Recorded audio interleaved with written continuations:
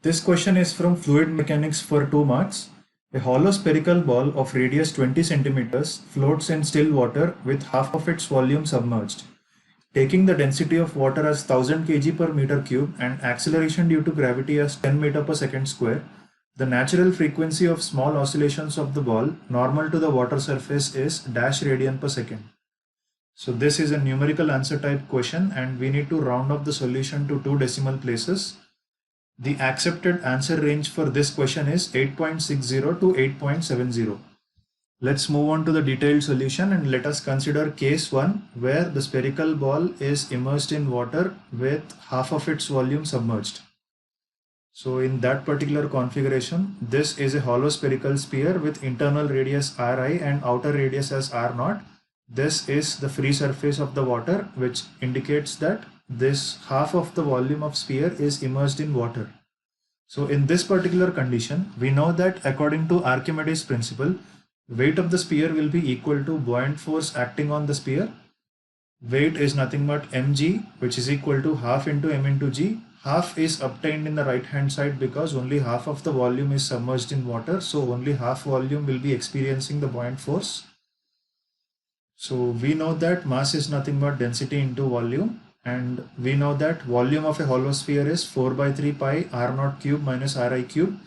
Since we do not know the density of the spherical ball material, we will just multiply the specific gravity multiplied by density of water to get the value of density of the spherical ball material, which will be equal to half into 4 by 3 pi r0 cube. You may wonder why internal radius is not considered in the right hand side, because only the outer volume will be experiencing the buoyant force. So the volume will be 4 by 3 pi r0 cube into rho into g. Simplifying this will give us a condition which is r0 cube minus ri cube into s will be equal to half r0 cube. Let us consider that as equation 1. Let us consider case 2 where the spherical ball is given with small oscillations in the direction normal to the water surface. So this is that particular configuration where the vertical displacement amplitude is y.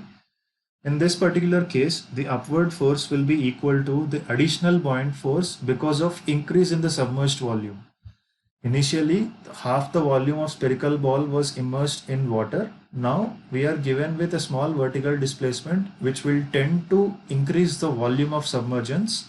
So in that condition, we can write the net force as m into a, which will be equal to the buoyant force, which is m into g, and rewriting m again as density into volume will give us this equation.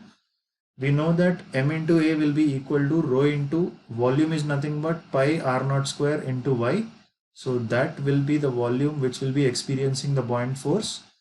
Again here we know that m will be nothing but density into volume. So volume is nothing but 4 by 3 pi r0 cube minus ri cube into again density of water multiplied by specific gravity of the spherical ball material multiplied by acceleration remains as it is, and it will be equal to the right hand side value. So just rearranging the terms using the equation 1, we get 4 by 3 pi r0 cube by 2 into rho into a is equal to rho into pi r0 square into y into g. In this particular equation, terms like pi, r0, rho will cancel out and we will be remained with 2 by 3 r0 into a is equal to y into g. Let us consider that as equation 2. And generally we know that according to simple harmonic motion, acceleration will be equal to omega square into y, where y is the amplitude of oscillation. So from this equation we can write omega square is equal to a by y. So when we implement this particular condition for equation 2, we get omega square as a by y, which is equal to 3 into g by 2 into r0. So from this equation, we can write omega is equal to under root 3g by 2 r0. In the question, it was given that to consider the gravitational constant g as 10 meter per second square and the radius of the spherical ball was given as 20 centimeters. So just substitute that by converting into meter will give us under root 3 into 10 by 2 into 0.2. Upon simplifying that, we get the oscillation frequency as 8.66 radian per second.